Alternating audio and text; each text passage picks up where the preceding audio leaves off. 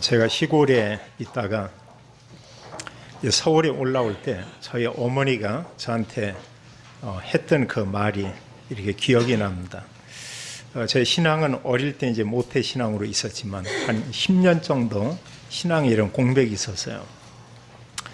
이제 그 서울에 올라오는데 저희 어머니가 딱 두 마디 했습니다. 하나는 제발 예수 믿어라 이 얘기를 했고요. 제가 그 당시에 교회 안 다녔거든요. 그래서 제발 예수 믿어라 이 얘기를 했고, 또 하나 말씀하는 게 그거였어요. 제발 술을 먹지 마라 이런 얘기 있습니다. 술을 많이 먹지는 않았지만 그 나이 때 술을 이렇게 먹었는데 그러면서 그 뒤에 한 얘기가, 너희 집안을 보니까 이렇게 술을 먹으면 단명하고 술을 안 먹으면 이렇게 오래 살더라 이런 얘기를 했어요. 근데 그게 벌써 오래 지났죠. 뭐 수십 년, 한 40년쯤 됐는데 지금도 그때 했던 이 말들이 계속 기억이 나요. 그리고 그 시간이 지나고 얼마 후에 사실 이제 예수님 믿게 됐고요. 믿고 나니까 술도 끊어지더라고요. 이런 부분도. 그러면서 이제 어떤 어른들이 한 말도 마음에 담을 때 그 부분이 이렇게 이루어지는구나. 어느 면에 또 저희 어머니는 기도했겠죠. 제발 예수 믿게 해달라고 이런 기도했을 거고요. 또 객지에 나가서 이렇게 술을 먹지 않도록 이런 부분을 위해서 또 기도했을 겁니다. 사도 바울은 마지막에 디모데에게 한 마지막 메시지는 뭐였냐? 디모데 후서 4장에 보면은 너는 말씀을 전파하라 이 얘기에서요. 그 뒤에 뭐 여러 얘기를 합니다만 너는 말씀을 전파하라 이런 얘기를 했고, 또 이 복음을 전하는 이런 가운데 여러 가지 크고 작은 어려움이 있을 것이다. 그러나 너는 고난을 받으며 전도인의 일을 이렇게 하며 내 직무를 다하라 이렇게 얘기했습니다. 그럼 마지막 부탁은 복음 전하라 이걸 얘기했어요. 예수님께서도 이 땅에 와서 모든 구원 사역을 이루고 이제 부활하신 후에 이 땅에 40일 동안 이렇게 계셨죠. 그때 하신 그 말씀 우리가 이미 알고 있습니다만 이 복음을 모든 사람에게 전하라 그걸 얘기했어요. 또 복음을 전할 수 있는 이런 제자들을 세우라 이렇게 말씀하고 있죠. 자, 금년 2018년 이제 오늘이 마지막 주일이 됩니다. 여기 있는 누구도 금년을 붙잡을 사람은 아무도 없어요. 이제 이틀 지나면 금년은 지나가게 되어 있습니다. 자, 한 해를 보내면서 우리가 붙잡을 오늘 그 말씀이 이렇게 되겠습니다. 모든 성도들이 기억할 것은 우리가 그리스도를 통해서 구원받았다. 이 구원받은 구원의 은혜가 얼마나 크고 놀랍고 감사한가. 그래서 우리가 많은 감사들이 있지만 이 구원에 대한 감사, 이걸 우리가 정말 회복해야 되겠고요. 거기에 있을 때 진정 우리가 하나님께, 그리스도께 우리가 감사와 영광을 돌릴 수가 있습니다. 이 구원의 은혜와 그 감사를 알 때 우리가 여러 사람을 사랑하고 또 사람을 우리가 또 도울 수 있고 또 여러 사람을 우리가 배려할 수가 있죠. 두 번째 우리가 생각할 이런 내용은 하나님께서 우리에게 말할 수 없는 많은 은혜를 줬죠. 복음과 함께 영적인 많은 축복을 줬습니다. 그 내용을 우리가 신분과 권세다 말할 수 있는데, 이런 축복을 얼마나 내가 정말 누렸는가, 이제 이 부분은 우리가 좀 질문을 이렇게 해볼 필요가 있을 것 같아요. 구원과 함께 하나님이 엄청난 걸 우리에게 주었습니다. 신분이 하나님 자녀죠. 하나님 우리와 함께 계셨습니다. 또 하나님 능력으로 역사하겠다고 말하고 있습니다. 또 비록 우리가 연약하지만 우리와 함께하는 주님께서는 우리에게 말하기를 모든 사단과 모든 저주의 세력을 꺾는 권능을 우리에게 주신다 이렇게 말씀을 했어요. 또 하나님은 복음으로 전 세계 살린 이런 하나님의 언약을 우리에게 주었죠. 우리가 복음 전하는 이런 삶을 하나님 나라 누리는 삶이다 이렇게 우리가 말할 수 있겠고요. 그래서 하나님께서 내게 주신 이 영적인 축복을 내가 정말로 얼마나 누렸는가, 이런 부분을 우리가 좀 이렇게 생각을 하고, 또 하나는 중요한 부분이 주님이 우리에게 부탁하는 것은 복음을 전하라 그랬습니다. 나는 금년 한 해 만나는 사람에게 복음을 말했는가? 전도자의 삶을 살았는가? 이제 이런 부분은 우리가 생각해 봐야 돼요. 우리가 이건 정말 회복해야 됩니다. 구원에 대한 감사와 감격. 또 그런가 하면 하나님께서 주신 영적인 축복을 우리가 누려야 되겠고요. 그러면서 이런 영적 힘을 가지고 우리가 해야 될 중요한 일은 이런 전도자의 그런 삶이죠.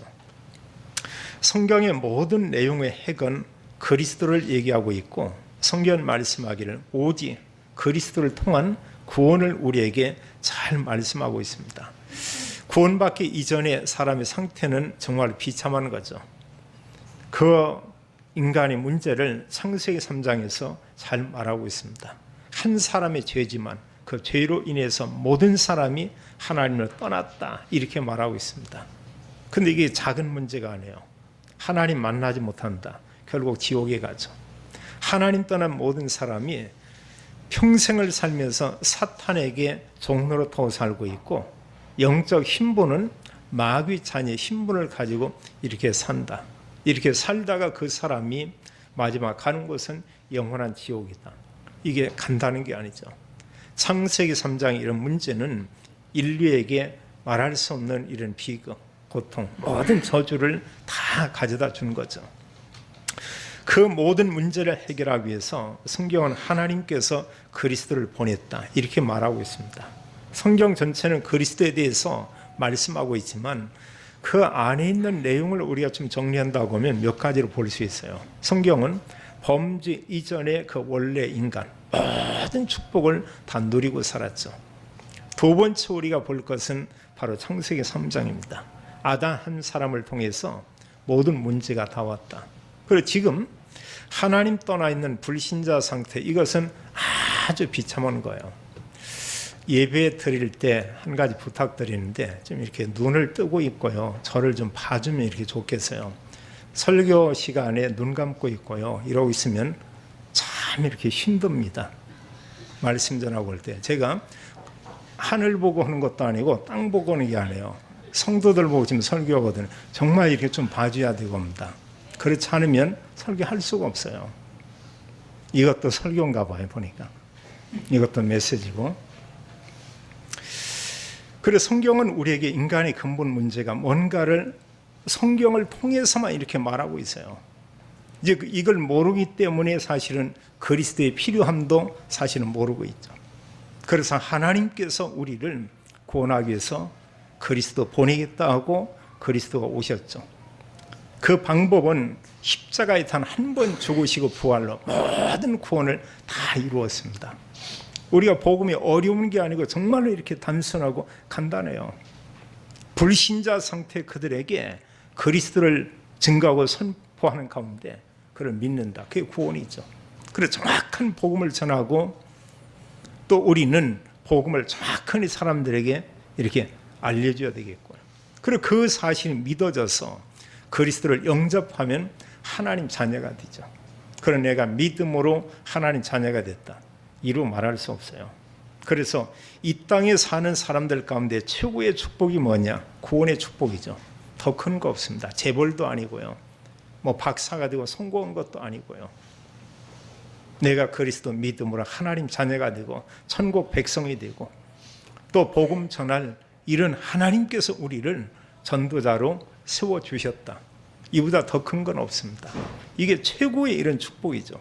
그럼 우리는 구원의 은혜와 이 축복을 가지고 구원의 감격과 감사를 가지고 우리가 해야 될 게 있습니다. 그게 가장 본질적으로 중요한 게 전도자의 삶이에요. 복음 전하는 그런 삶이 겁니다. 그래서요, 내가 도무지 다른 사람에게 나는 복음을 전하지 않고 복음을 전할 수 없고 이런다. 우리가 좀 많이 고민 좀 하면 좋을 것 같아요. 내가 1년 동안 사는 가운데 만나는 사람이 많았겠죠. 그분들에게 내가 복음을 말하지 않고 또 복음 자료를 전달하지 않았고 전도에 대해서 고민해보지 않았고 많은 생각을 해야 된다. 어느 면에 도무지 나는 지금 설교 들으면서 이게 뭔 소린가 전혀 모르겠다. 이런 사람은 이러면 그게 좀 깨달아질 것 같아요. 이제 금년 오늘하고 내일 남았습니다. 오늘 점심부터 해가지고요. 그리고 새해 꼬박 이틀 동안 6번만 식사를 하지 않으면서 난 도무지 하나님 말씀 들어도 모르겠고 하나님 전도라고 했는데 여기에 대한 고민을 이틀만 한번 해보면 좋을 것 같아요. 그러면 정신이 바짝 날 겁니다. 하루만 지나면 머리도 아플 거고요. 배고프기도 하고요. 뭐 이렇게 막 주변 사람들이 뭔가 먹으면 거기에 온갖 모든 우리 전체 모든 게 다 거기에 막 집중이 되고 그리고 먹는다는 게 이게 얼마나 소중하고 많은 생각을 하게 해야 되겠죠. 우리에게 중요한 건 뭐냐? 하나님은 우리에게 전도자의 삶, 이걸 얘기하고 있죠. 우리는 새해를 앞두고 우리가 다짐해야 되겠습니다. 나는 새해, 나는 평생 동안 살면서 내가 어떤 삶을 정말 살아야 되겠는가? 이런 질문을 우리가 해보면 좋을 것 같아요. 자, 하나님께서 우리를 구원하기 위해서 그리스도를 보냈습니다. 그리고 그리스도께서 이 땅에 오셨죠. 그래서 오늘 우리가 이 말씀을 보면서 하나 기억할 것은 첫 번째로 예수 그리스도를 통한 이런 구원 사역. 성경은 그걸 말하고 있으니까요. 그리고 구약의 모든 내용이 인간을 구원할 그리스도를 보내겠다 약속을 했고요. 그 말씀대로 예수 그리스도가 이 땅에 오셨습니다. 오신 것과 함께 그의 사역에 대해서 잘 기록했죠. 이게 사실은 그 복음서입니다. 그래서 오늘 말씀 1번의 내용은 뭐냐? 복음서를 얘기하고 있어요. 복음서의 내용은 다른 걸 말하고 있지 않고 우리 인간을 구원하기 위해서 그리스도이신 예수님께서 이 땅에 왔다. 이걸 보고 우리가 예수 그리스도의 탄생 이렇게 말하고 있고요. 그 날을 기념하는 절기를 우리가 성탄절이라고 이렇게 말하고 있죠. 성경은 그리스도가 오는데 남자의 후손이 아니고 여자의 후손으로 올 것이다 얘기했습니다. 또 그리스도께서 이 땅에 오시는데 성경은 성령으로 잉태하게 될 것이다 이렇게 얘기했고요. 그리스도가 오셨는데 그 이름은 예수라고 말하고 있고요. 그리스도가 오셨는데 그 이름을 임마누엘 그랬고요. 임마누엘 하나님이십니다. 하나님이 우리와 함께 계시다. 또 그리스도가 오셨는데 성경은 말씀하기 그는 그리스도요 바로 주시다. 성경은 이렇게 말하고 있어요. 그러면 우리가 오늘날 우리나라에 보면은 지금 막 이단들이 아주 이렇게 막 적극성을 떼고 열심을 내고 있습니다. 이단들이 아침에서 뭐 밤까지 계속 활동들을 하고 있어요. 그럼 우리가 질문할 필요가 있죠. 그들이 믿는 그 교주가 과연 여자의 후손이냐 그거예요. 분명히 아니죠. 남자의 후손입니다. 그러면 아담의 후손이에요. 그는 구원자가 될 수가 없습니다. 또 정말 그 사람이 하나님의 영인 성령으로 잉태해서 이 땅에 왔냐? 그것도 아니죠. 그래 전혀 새빨간 거짓말이에요. 그리고 그분의 이름이 2000년 전에 이 땅에 오신 예수님이냐? 또 그것도 아니죠. 근데 많은 사람들이 거기에 이렇게 빠져 있습니다. 교회에 다니던 사람들이 거기에 빠져 있습니다. 왜냐? 구원이 뭔가 모르니까요. 또 구원과 함께 하나님 주신 영적인 축복이 뭔가를 전혀 모르고 있으니까요. 전혀 모릅니다. 우리가 이단 만나면 우리가 한 두 가지만 물을 필요 있어요. 원죄가 뭐냐? 전부 헛소리입니다. 좀 심한 표현 하면은 정말 급하면은 다 개소리하고 있어요. 전혀 맞지 않는 소리 얘기하고 있습니다. 그들에게 또 하나 물을 필요 있어요. 그리스도가 어떤 일을 했냐? 그리스도 뜻은 뭐고 그리스도께서 하신 일은 뭐냐? 물으면 전혀 모르고 있습니다.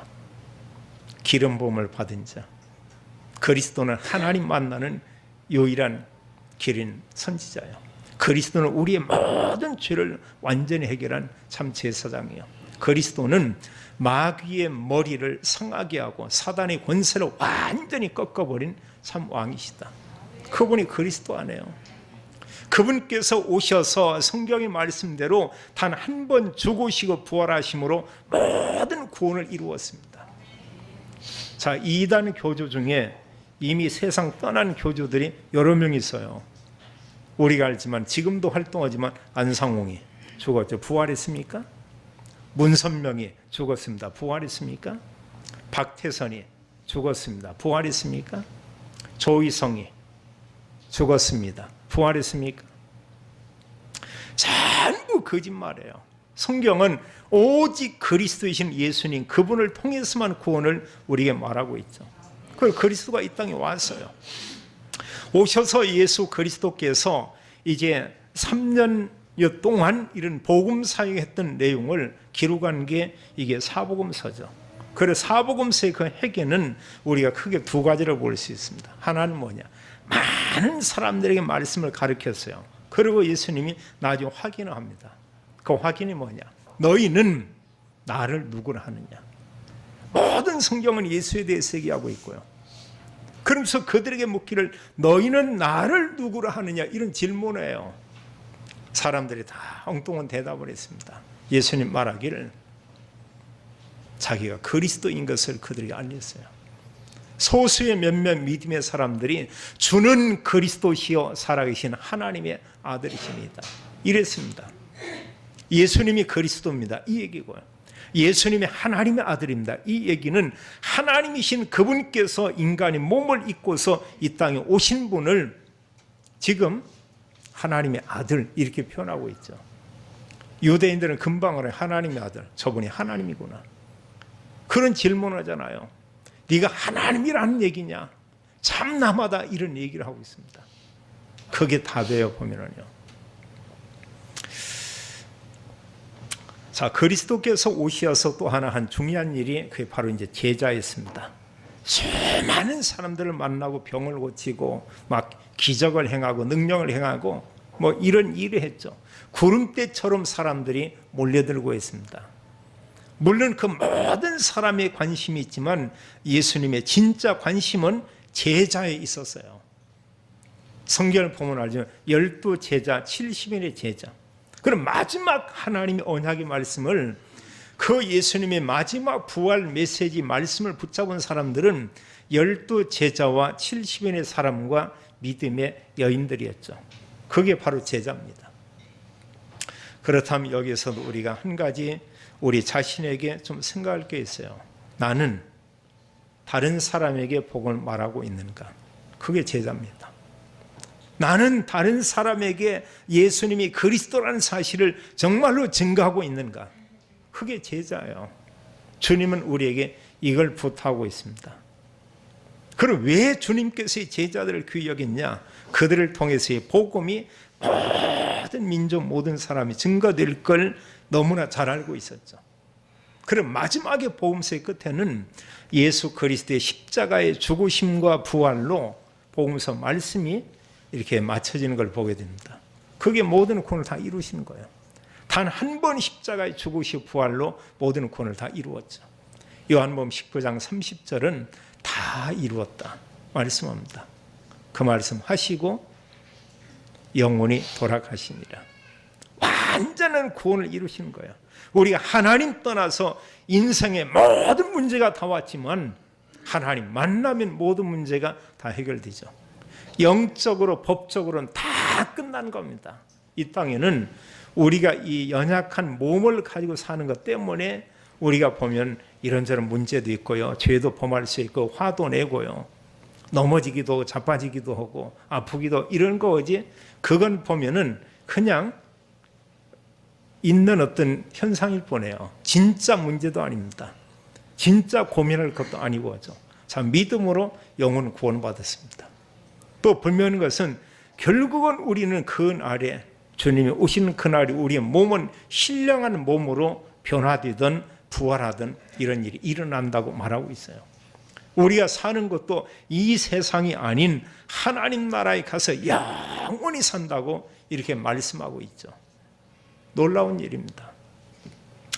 자, 그리스도께서 이 땅에 오셔서 모든 구원 사역을 이루고 예수님께서 마지막에 믿음의 사람들에게 제자에게 하신 말씀이 성경에 기록되어 있어요. 이제 그 마지막 말씀, 부활하신 후에 40일 동안 했던 그 말씀, 이걸 가르쳐서 우리가 부활 메시지라고 이렇게 말하고 있습니다. 그래서 마태, 마가, 누가, 요한복음, 사도행전 이런 내용의 부활 메시지가 거기에 기록되어 있죠. 마태복음 28장 16절로 20절에요. 오늘 성경 본문에는 이렇게 말씀하기를 그런 얘기합니다. 너희는 가서 모든 민족으로 제자를 삼으라. 이래서요. 제자를 삼아 아버지와 아들과 성령의 이름으로 세례를 베풀고 내가 너에게 분부한 모든 것을 가르쳐 지키게 하라. 여기 메시지의 가장 중요한 건 모든 민족과 바로 제자고 옵니다. 이 제자가 뭐냐? 또 복음 전할 사람이요. 우리가 지금 이 시간에 붙잡을 말씀은 바로 제자예요. 하나님이 나를 구원한 것은 제자의 삶을 살게 하기 위해서 하나님 나를 부르셨다. 또 정말 이런 제자의 정체성을 가지고 와서 그리스도를 선포할 때 이때 성령께서 그때 역사하는 겁니다. 그 말씀을 받는 자들에게 성령께서 함께하고 그들이 기도할 때 성령의 충만함이 그들이 임하게 되죠. 그 시간에 모든 재앙과 모든 저주와 모든 흑암 세력은 다 무너지게 돼 있죠. 그리고 우리가 알지만 복음을 받고 가정이 늘 은혜 속에 있다. 이러면 가정에 이런저런 문제 다 없어져 버리고 옵니다. 근데 복음이 없느니요, 우상 숭배 많이 하는 가정이나 이런 무속인들 이런 가정을 보세요. 많은 문제가 옵니다. 이로 말할 수 없습니다. 우리가 생각하는 이상의 이런 영적으로 또 몸으로 모든 이 삶 속에 말할 수 없을 정도로 고통 가운데 있어요. 그 삶 자체는 완전히 재앙 속에 있는 삶이요, 사탄에게 짓눌려 있는 이런 삶이라고 볼 수 있죠. 그럼 그 답이 뭡니까? 이게 사실은 그리스도거든요.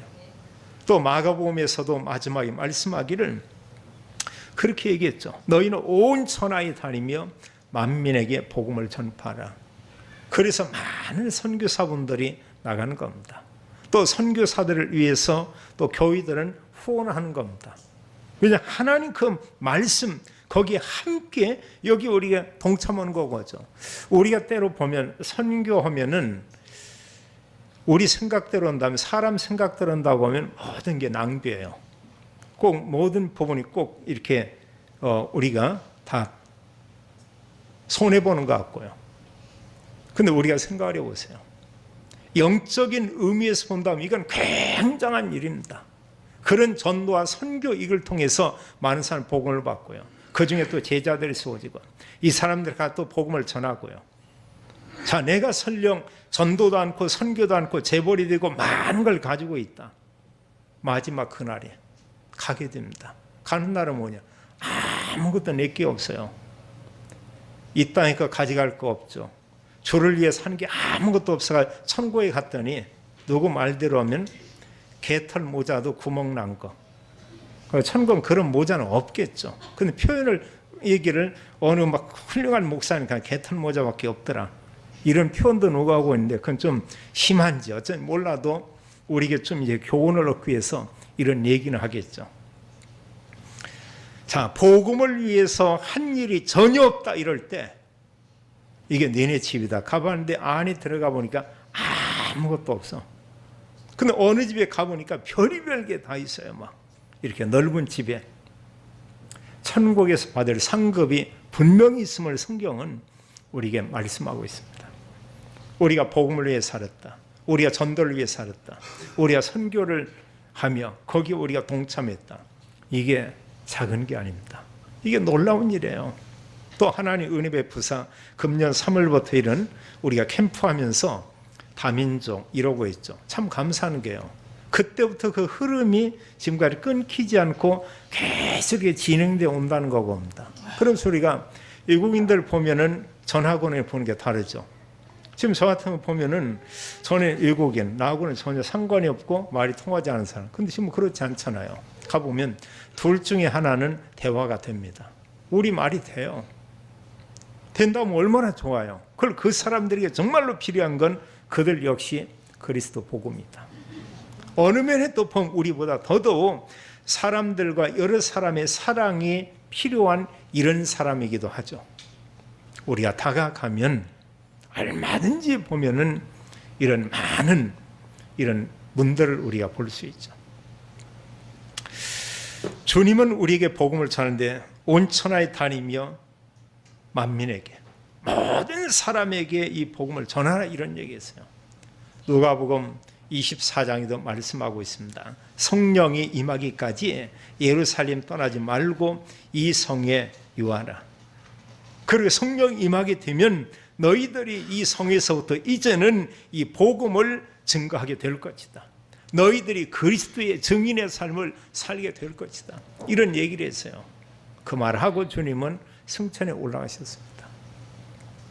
요한복음의 내용을 우리가 잘 알죠. 우리가 후대 렘넌트 얘기하는데 내 어린 양을 먹이라, 내 양을 치라, 내 양을 먹이라, 이런 얘기예요.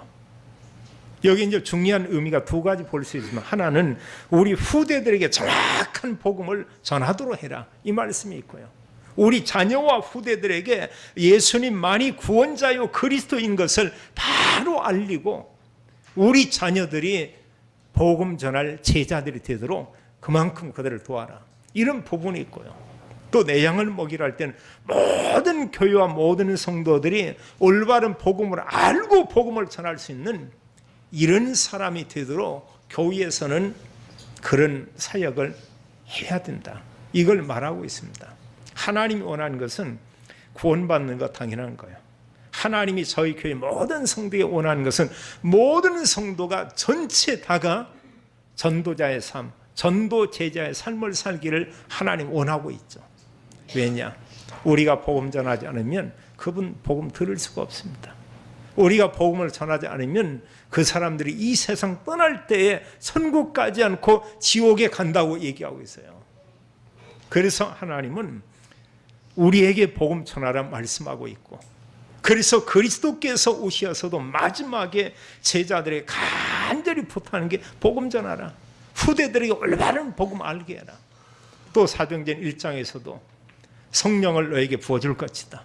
성령이 임하면 너희가 권능을 받고 예루살렘과 온 유대와 사마리아와 땅끝까지 이르러 내 증인, 내가 그리스도라고 하는 이 사실을 증거하는 증인이 되게 할 것이다, 이렇게 말하고 있습니다. 그래서 우리가 붙잡을 중요한 언약은 바로 이 내용이에요. 나는 복음 전하는 거다. 모든 사람에게 나는 복음을 전하는 거다. 우리가 더럽보면 오늘날 한국 가정에도 이렇게 반려견 또 반려동물 이런 것을 이렇게 있는 경우가 참 많아요. 그 중에 이제 제일 그래도 사람한테 막 이렇게 친근히 하고 반갑게 하는 게 그게 강아지 같아요. 그래도요. 어느 집 보니까 고양이인데 고양이는 그 좀 그런 것 같더라. 잘 모르는 것 같더라고 보니까. 근데 개나 이거 뭐 사람 다 알아봐요. 전에 온 사람 알아봅니다. 꼬리도 막 흔들고 옵니다. 오면 막 반갑다 이렇게 표현도 합니다. 그런 주인이 그 이쁘겠죠. 그 보면은요. 우리 주변에 있는 사람을 그 반려견만큼만 우리가 이뻐하고 관심 갖고 그 강아지한테 뭔가 먹이는 것처럼 주변 사람에게 커피 몇 잔만 사드리고 이러고 많은 문들이 많이 열릴 것이고 합니다.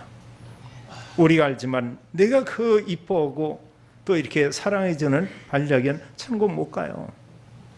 내 주변에 있는 사람은 복음 들으면 함께 하나님 나라 천국 가는 겁니다. 하나님께서 우리에게 말하고 있어요. 이건 뭐냐? 우리의 관심이 과연 어디에 있는가? 우리는 늘 생각을 해봐야 됩니다. 그냥 세상 성공인가? 돈 많이 버는 게 다인가?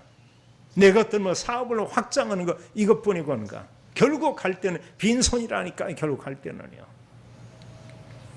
주님은 우리에게 우리의 모든 걸 가지고 어떤 일을 하든 그곳에서 복음 전하기를 우리에게 원하고 있죠. 마지막 세 번째로 우리가 붙잡을 메시지와 이런 미션, 우리가 어떤 걸 정말로 붙잡아야 되냐? 오직 복음, 예수님만이 그리스도라고 하는 이 사실을 언약으로 굳건히 붙잡아야 돼요. 이단들은 예수님이 그리스도 아니다 이렇게 얘기하고 있습니다. 자기들이 믿는 교주가 그리스도라고 메시아라고 구원자라고 생각하고 있습니다. 그 새빨간 거짓말이거든요. 지금 사기꾼들이 난리 났습니다. 밖에 나와서 막 지금 교회 다니는 사람이나 불신자나 이 이단들이 완전히 지금 종교 사기꾼으로 완전히 사냥꾼으로 밖에 나와서 이런 일을 하고 있어요. 여기에 대해서 교회는 뭐냐? 밤에도 자고, 영적으로 보면 낮에도 자고, 시도 때도 없이 자고, 때로 어떤지 못 어떤지 자고, 복음만 우리가 말하지 않는 겁니다. 하나님 우리에게 이제 말하고 있어요. 복음은 빛이라고 얘기했습니다. 정말로 빛 대신 그리스도 복음이 증거되면 흑암은 떠나게 돼 있어요. 정말 바른 복음을 그리스도인이 전하고 하면 이단들은 다 음지로 들어갈 수밖에 없습니다. 그 배후 역사는 사단의 세력은 다 무너질 수밖에 없어요. 그럼 우리가 어디에서 이런 복음을 우리가 전해야 되냐? 우리가 알지만 내 현장이고 합니다. 주님께서 우리를 통해 복음 전하라 이렇게 말하고 있어요. 그래, 전도자들이 기억할 것은 복음 전하기 이전에 내가 늘 구원의 확신과 주님께서 우리에게 주신 이런 영적인 축복을 우리가 늘 누려야 됩니다. 나는 하나님 자녀다. 나는 전도자다. 이 시대에 나는 복음 전할 나는 절대 제자다. 이런 언약을 가지고요. 또 하나님께서 나와 함께 계신다. 나의 삶을 인도하고 있다. 내가 가는 곳에는 반드시 하나님께서 성령으로 역사한다. 가는 그곳에 하나님 나라 임하고 그곳에 하나님 주의 군대를 보내고 하나님께서 모든 흑암을 완전히 꺾어버리고 내가 이 땅에서 하나님 나라 축복을 누리며 전도자의 삶을 하나님은 나에게 살게 했다. 이게 시대의 참된 주역입니다. 어느 사람이 재앙당하고 어려움 당하고 우리 권세 줬잖아요. 그 사람 통해 역사는 모든 흑암과 저주의 세력, 재앙을 완전히 결박하는 겁니다. 꺾으면 돼요.